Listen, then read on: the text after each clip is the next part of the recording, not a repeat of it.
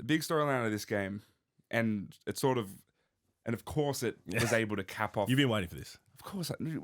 So it capped off a hilarious round of officiating.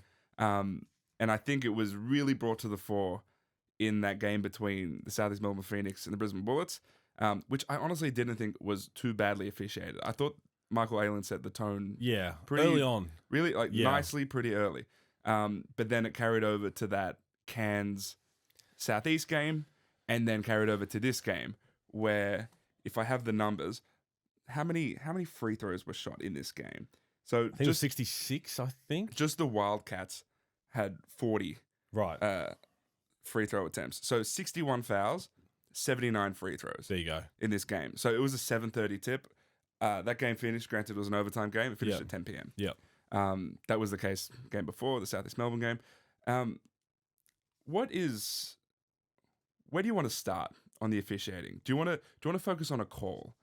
I think we have to. We talk about last night's game because Melbourne think they should have been at the free throw line trying to win it before overtime. So Dean Vickerman mentioned this. Yep. And it was something that he said he's going to speak to Scott Butler about. Yep. He is confused as to the process here. Yep.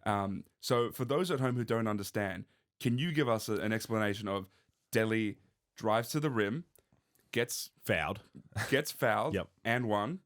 The call on the floor was a push. Yep. And then that was challenged. Yes. And that was and Delhi was seemingly really obviously raked across the arms. Yep. But it was a successful challenge from John Riley because because they didn't deem there was a push. Now why? It's a very unique thing to do with the coach challenge. Now apparently every off season when Scott Butler and the NBL goes to the coaches and says, how would you like the challenge? Because they've changed it now, like you keep it, like if you're successful stuff. And it happened years back where it's like if there's a bang play, say there's two players in there, say Bryce is in there as well. Yeah. But Bryce fouls, but the call from the referee is like, oh, someone's fouled, it's Alex Sarr. Yeah. But it's not who you're challenging. Do you want that switched over because it's still a foul in the play? Coaches all agreed no, which I'm with on that one. I agree. But now if it went to, okay, if there's a specific foul call, so in this instance, there's a pushing foul called, are you challenging the foul on the play or the specific pushing foul? And if it's a other foul, do you want it switched over? And all the coaches said no. And I think they've said no, they want it just what you're doing because in the back of their mind, they're going to win more than they lose games because of it. Sure. So in the end, you're challenging a pushing foul, which wasn't there.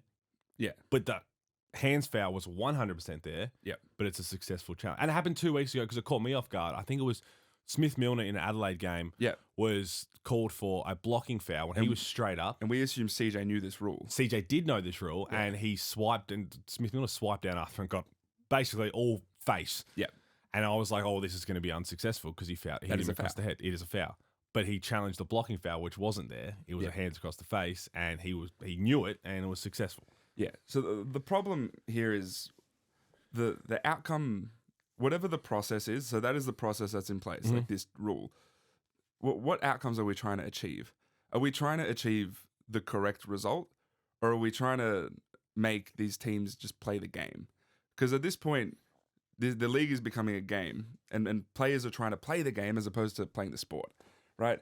And so they're trying to maneuver around the rules and the outcomes are bad calls or objectively wrong calls. And that's where I'm just confused at how long this rule can stay in place. Because how many times does a guy go to the rim and he gets blocked up top and they might call a hands foul on that one, but there's obvious body. Like a foul can have multiple charges in it at once, right? So that's where there's a confusion. Yeah, I don't like where this doesn't feel sustainable. This rule in particular doesn't feel sustainable. I personally, like if I'm a head coach and that's brought to me in the off season, I'm probably saying I don't like it. Can we, if there's a foul in the play like yesterday, I just want to challenge the overall foul call. Now, if there's two people in there and it's on the wrong person, no, I don't want it switched over. Like I'm okay with that one. I don't want it in that play. Yeah, I just want to challenge what that person's foul is. But if it's a foul in general, I would have said, no, I still want that. That's what I'm challenging, the whole play. So, yeah, it's happened twice now. It just happened to be that one could have been a game-winning free throw attempt. Yeah.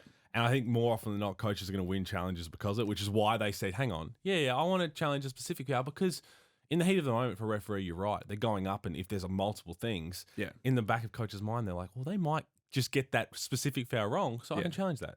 And the flip side of it all is just don't do a Mike Kelly and challenge something in the first 4 minutes on a bench Really player. silly. Really silly. Because there's just no need to do it.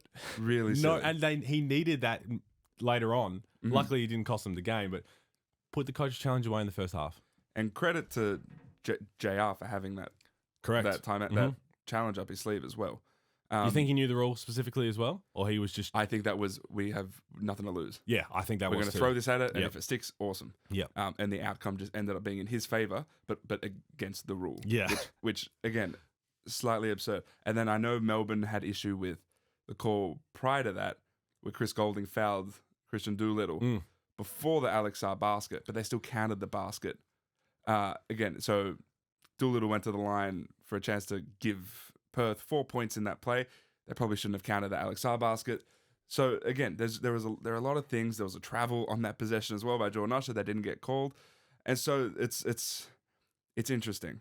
When I talk about these guys playing the game, like that's part of it. It's also that Southeast Cairns game was gross. Yeah, because it was just like a flop fest. Yeah, because it's Tajir McCall and these guys out here knowing that if I flail on my drive to the rim, they're gonna call it. Yeah, and then Southeast is incentivized. Oh, we will also flop. And so all of a sudden, you don't have guys playing basketball. You have guys trying to flop because they're trying to play the game, not the sport.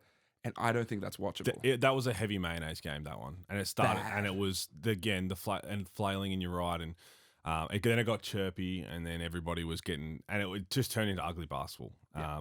I wouldn't be opposed to just going down. Like, if the flops, like, let's just start teeing up. Just one free throw. Just start teeing people up. Straight up. Yeah, I agree. There's enough real bad ones out there and even if it's like, oh, there's a bit of contact, if you start setting a precedent, people will stop doing it. I agree.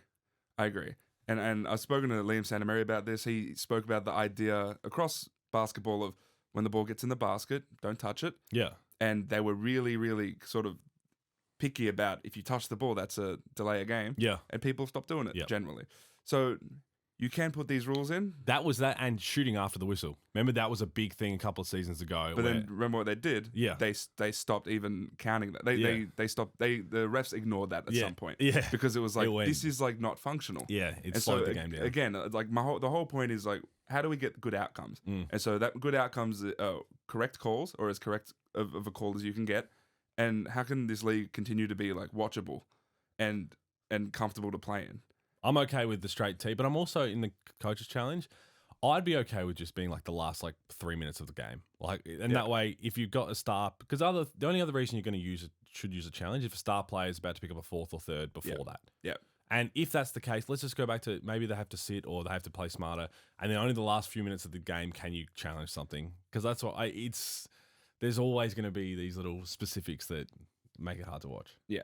Last thing on it is I really hope that the refs do speak about reputational floppers in the league, because we all know who they are, and they keep falling for them, and it's so frustrating because it's just they ref with no nuance, and that frustrates me. I know there are multiple teams, including Melbourne, who Dean Vickerman said it in his press conference, who will make a complaint to the league this week about one thing or another. And I know there was a call in New Zealand, the call on Anthony Lamb with Jalen Adams driving to the rim, which was really similar to this Alex Sarr one.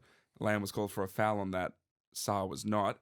That was Modi Mayor's final timeout, and he didn't have one to end the game. And so, again, everything sort of trickles, and there's inconsistency, which is what people around the league take issue with. Ref's done.